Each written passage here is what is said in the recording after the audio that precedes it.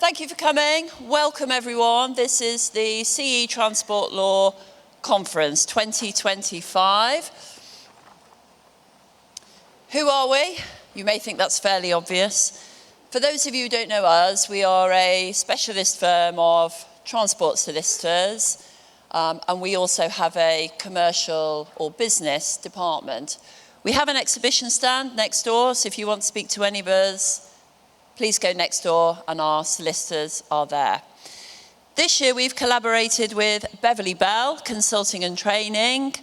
They also have an exhibition stand and we'd be pleased to talk to you about any training, consultancy, bespoke requirements you may have.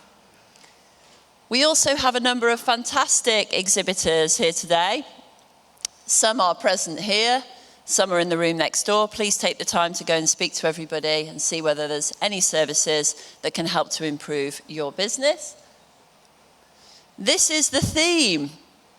So the day today is going to be split in half effectively, with the morning session focusing on navigating law. So we have Carolyn Hicks here from the DVSA. We've got Inspector Wenham. We've got Sergeant Beckers, all on the front row. We're going to do a little bit of a panel discussion as well. I'm going to talk to you a little bit about letters from the TC's office and how to reply to them. So the morning session is going to be around navigating the legal landscape of compliance. I'm then going to hand over to Beverley Bell, who will chair and introduce the afternoon sessions. We've got Pete Rushmer, Lucy Soper, Mark Cartwright, and of course, Beverley Bell. We're going to have the panel session as well in the afternoon, so you can all ask questions and hopefully get involved with the sessions. I thought I'd set you some objectives. It's a day off work, so objective one has to be have a nice day, relax. The first objective, I hope, is that you'll learn something. If you stay here for the whole day, one hopes you might pick something up from some of our brilliant guest speakers. Meet someone, either someone you haven't seen before or someone you haven't seen for a long time. And of course, enjoy it. After the lunch session, we have Richard Turfitt, the Senior Traffic Commissioner, who's taken time out to come and speak to us all this afternoon. We put him on last because I think he's the only one you're all interested in. I don't want you all going home too early. So stay for lunch and he'll be back this afternoon. I was rather hoping he wouldn't turn up until after my presentation, but he's come early. There's the agenda. For those of you who've got significantly better eyesight than me, you'll be able to see that. And if you've got a better memory, you'll know what's going to happen the rest of the day. For the rest of us mere mortals, that agenda is in your bag. So you can follow the day as it goes on. As a rule of thumb, we've got guest speakers who will last for about 20 minutes. 2 of those, then a break. So you're never too far away from a cup of coffee. I know myself, I don't like to sit for too long. We're not expecting a fire alarm today, so if one does go off, it's a genuine alarm. Doors are to the rear and to the side, and there's a door right behind you there. We have a raffle. So at the exhibition stand, there is a raffle prize, which has been very generously donated by Travel Gift. Also in your bags, you've got a QR code so you can have a look at some of the other fantastic holidays that they put on. Chocolates, champagne, £5 a strip. All of the proceeds will go to our charities today. That's Break and Shout. So if you're feeling generous and you've got a £5, the raffle is the way to go. If you haven't got a £5, we've brought some card machines. So I expect people to be going around trying to prize some money out of you for the raffle. After each guest speaker, there will be an opportunity to ask questions depending on how long they speak for. You don't have to download anything on the phone. You can go onto the website, you pop that code in there, and then you can ask questions using the chat function. They will then pop up. and hopefully our guest speakers during their individual sessions and during the panel will have chance to answer a couple of those. If you've got any burning questions, please do get my attention, and we'll try and get those answered today. First up is me. So I've already introduced myself to some extent. I'm a specialist transport solicitor, 20 years qualified. I work as a panel solicitor for the DVSA, so we prosecute as well as defending, not at the same time, I hasten to add. And so that's it for the welcome. Thank you all for coming. The first presentation by me is about decoding and responding to letters from the Traffic Commissioner's Office. He's smiling already. So increasingly, we receive calls from people who are very concerned about correspondence that they've received from their regulator. They see the letters as sometimes intimidating, sometimes scary, sometimes threatening. They're going to take my license off me. They're talking about revoking my license, and they're looking for somewhere to start. So the purpose of my presentation really is to explain to you the importance of responding to that correspondence appropriately and how to put together a clear, compliant, and effective reply. Does that sound useful? Too late if it's not. So the first thing to do is break down the content of the correspondence that you receive. The letters all set out the key concerns. So when I have one of these in front of me, I number them, 1 to 4, 1 to 3. So when I come to put the reply together, I can make sure I hit all of those headings and I don't miss any. The reason they are a little bit scary is because they have to be legally compliant. So there are a number of responsibilities on you as the person who's replying to the correspondence, but there are also a number of responsibilities on the Traffic Commissioner's Office to make sure they've set out all the legal requirements to you. I'll give you a little bit of the legal stuff. Try to stay awake. I'll keep it fairly short. For those of you who are familiar with the Goods Vehicle Licensing of Operators Act, that's the one that applies to HGVs, the main provisions that pop up in these letters are 26 to 29. So even if you only read those bits a couple of times, it will help you to understand where the correspondence is going. Section 26 is a section that deals with the discretionary grounds for revocation, curtailment, or suspension. Now, what gives rise to those concerns is normally a breach of the undertakings, conditions, potentially there's been a conviction, or something of a similar nature. And those concerns will be set out in that correspondence to you. Section 27 deals with the mandatory requirements on licence holders. So I think Richard knows what's coming next. I've described this as the three-legged stool of operator licensing. If you're a standard national licence holder, you are required to have good repute, professional competency, and financial standing. Now, they are mandatory. So if any of the legs falls, the stool falls over. I use this analogy in relation to Section 27 because what that section says is the Traffic Commissioner shall direct that your licence be revoked if any of those requirements are not met. That's when the really scary letter comes out, basically. So I've given an example here of Trump Haulage Limited. I thought that might be a good place to start. So Mr. Trump has had an investigation because he's operating from an unauthorised operating centre. Very rarely happens.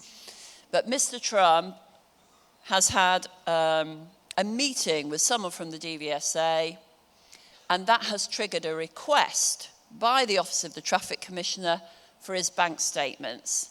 Mr. Trump, unfortunately, is broke.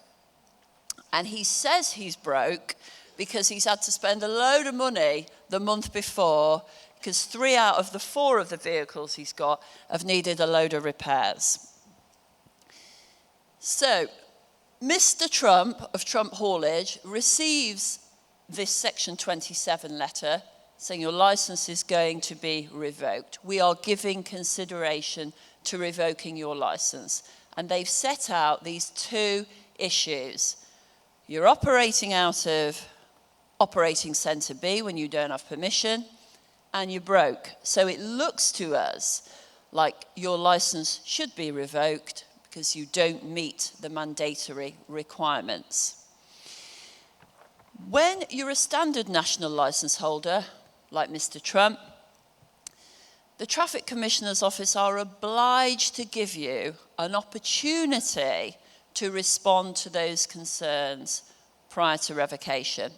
So you get 21 days to reply to that letter to explain why you've moved across the road without telling anybody and why you're broke. They will also give you the opportunity to ask for a public inquiry. But if you don't ask for a public inquiry, and Mr. Turfitt is not happy you've moved across the road without telling anybody, they can just revoke the license on the papers. So that's why this correspondence is important. So Mr. Trump's phoned me and said, well, I had to move across the road because they threw me out, and I told the bloke in the office to make the application. He obviously hasn't done it. I've sacked him. And I've gone broke because of all this work. This time next month, we'll be all square, I promise. So we put a letter together explaining those facts. Let's say I haven't drafted this letter, and he doesn't ask for a public inquiry. What happens if the Traffic Commissioner is not content with the explanation that he's given? That's right. The license can be revoked on the papers. So when you're replying, you need your plan A and your plan B. So what you're saying is, these are the reasons why I moved. These are the reasons I'm broke. But if you're not content with that explanation, then please give me an opportunity to bring further evidence and explain myself at a public inquiry. Some of the cases that come to us are those where they've just given a couple of paragraphs on the back of a fag packet. It's not enough information. License has been revoked.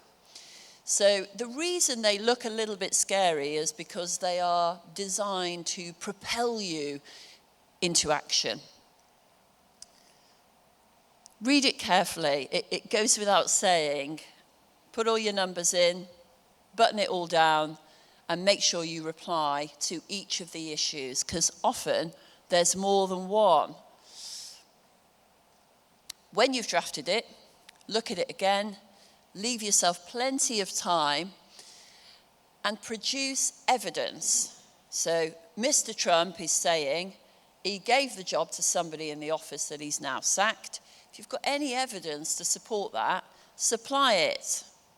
He's also telling me he's gone broke last month, but next month is looking really good.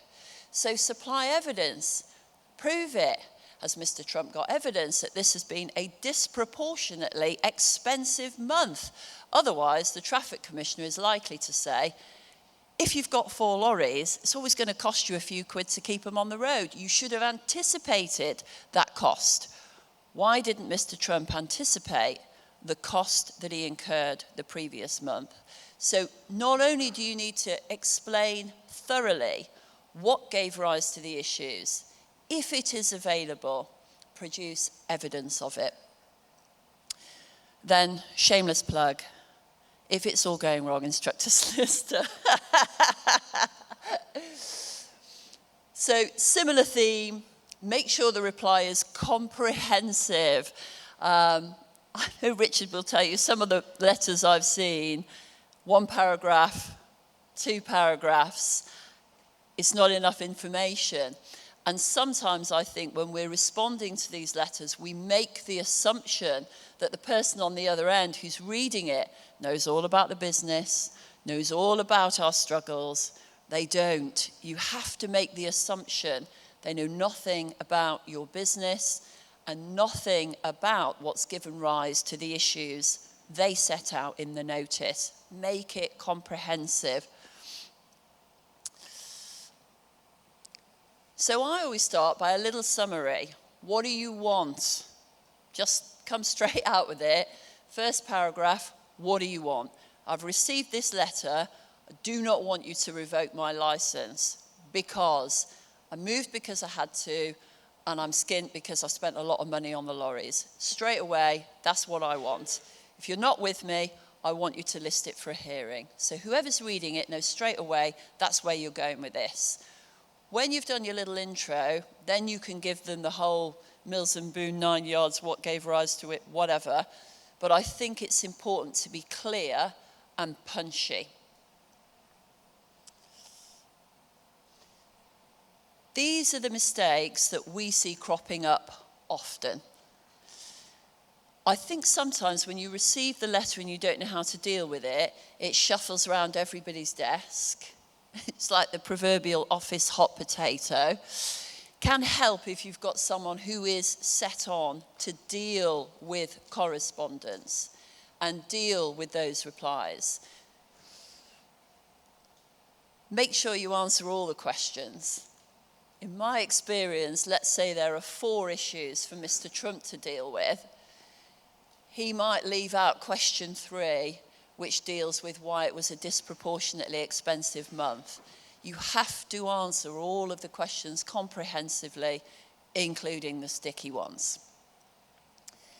The other common failure is failing to provide evidence. If you don't back up what you're saying with supporting evidence, the Commissioner's Office have only got your word for it. And good as that is, it's going to improve your case if you can prove that the position you're setting out in writing is actually supported. I've given you a few examples. These are the ones we see most commonly. So, this is the loss of transport manager letter. As soon as your TM resigns, on vol, or gets the elbow, this is the letter that comes out to you.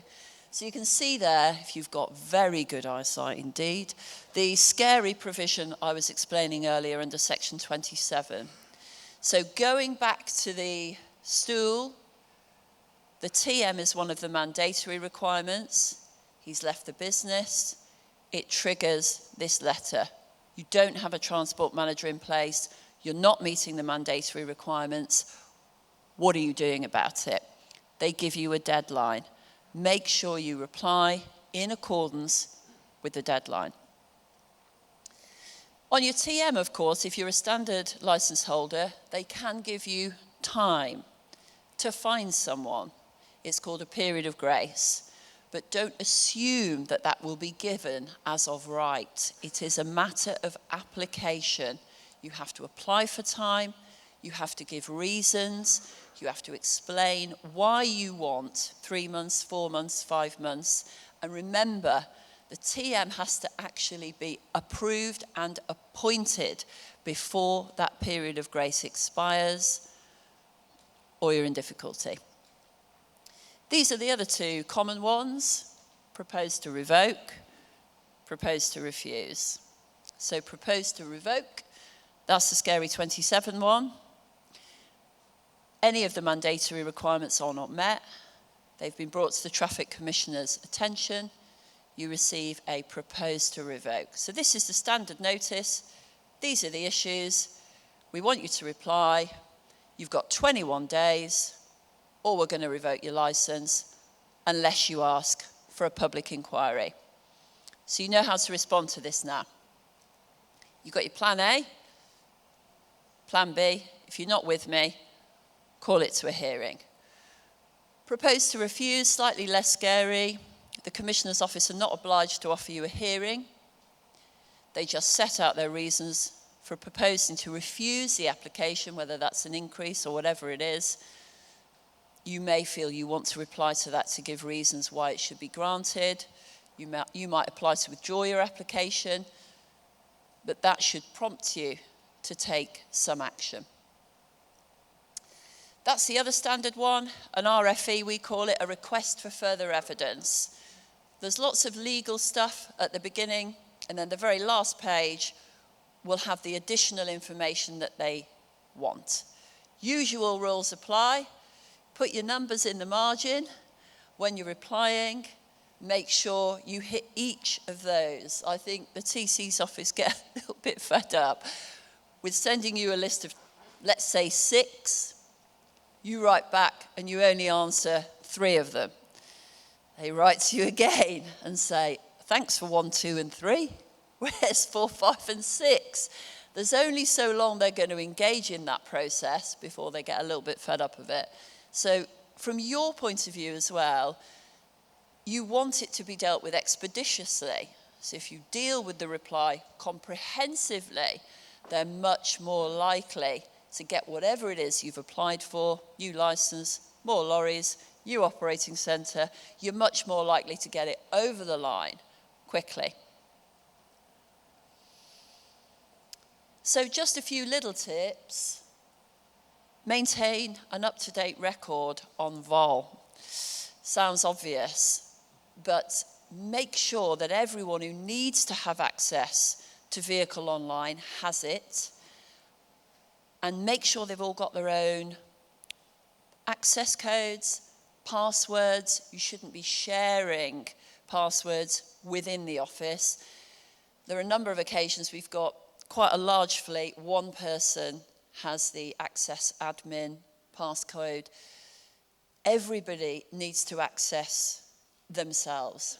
That's their fingerprint. Every time you go in, their fingerprint, so you can see, and the Traffic Commissioner's office can see, who's made those changes. Otherwise, you find yourself at hearing saying, who did that? Well, there's only your name on it. Well, it wasn't me. Well, you must have given someone your password. Oh, well, I didn't, but it is in a book, or it is on a sticky note, or it's just not professional. So make sure everyone's got their own access, and when people leave, remove them. They can do a lot of damage, even if they're not working for you anymore. So review your conditions and undertakings on licence renewal, if not more frequently. Try to make sure you've got someone responsible for this. Don't make all of this the office hot potato. Have someone who understands it's their responsibility to stay on top of this. Any questions for Carolyn? You can use Mentimeter, so you can go onto the website and put any questions in there. Otherwise, if you put your hand up, Emma will pop over. Any questions? Oh.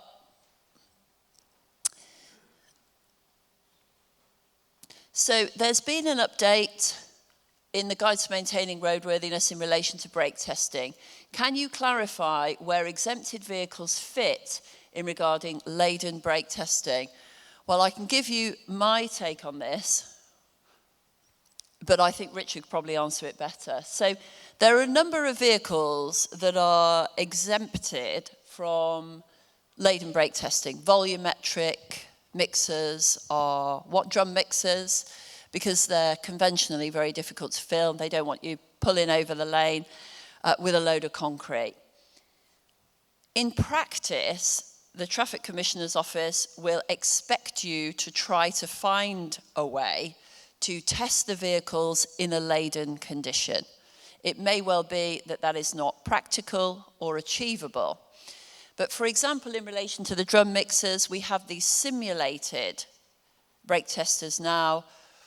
They would expect you to at least try to locate a maintenance contractor nearby who can simulate a laden brake test without necessarily filling the drum.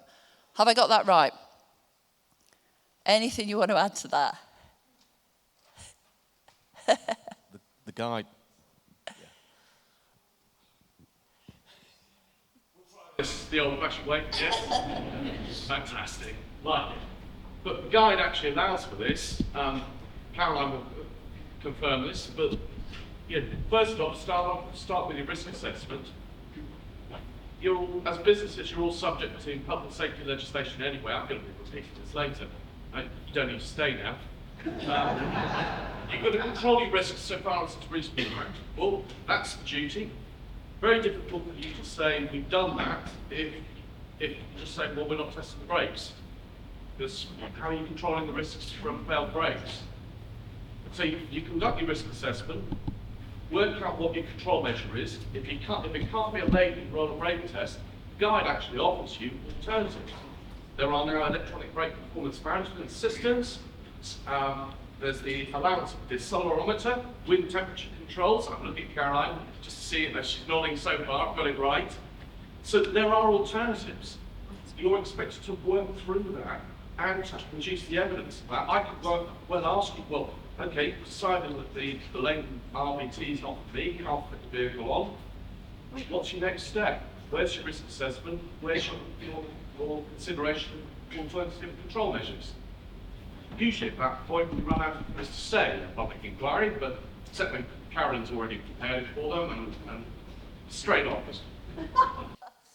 So I know Sarah Bell would say, you need to satisfy yourself effectively. If you're coming down the hill with a load on, it's going to stop. I mean, that's the starting point, isn't it? So you need to satisfy yourself you've taken all reasonable precautions to achieve that. What do you think to the recent changes to message function in VAL? So my view is that everything has to digitise. Everything has to go onto a digital platform. That's not just the future, that's what's here now. In my office, everything is becoming digital and everyone has to move with the times. There are some downsides. In complex applications in particular, now it's very difficult to speak to someone about your application or where you have something urgent and you can only upload a chaser to the system. It can be very frustrating and time consuming. I have to say, I think this can be an opportunity to get consultants involved. If your application is not making progress, the consultants will often have someone that they have a contact with, that they can make contact with on your behalf. It can be worth involving a third party to help you to progress your application. What do you think of the changes to VAL? I'm very happy with it. Right, I think that's enough from me.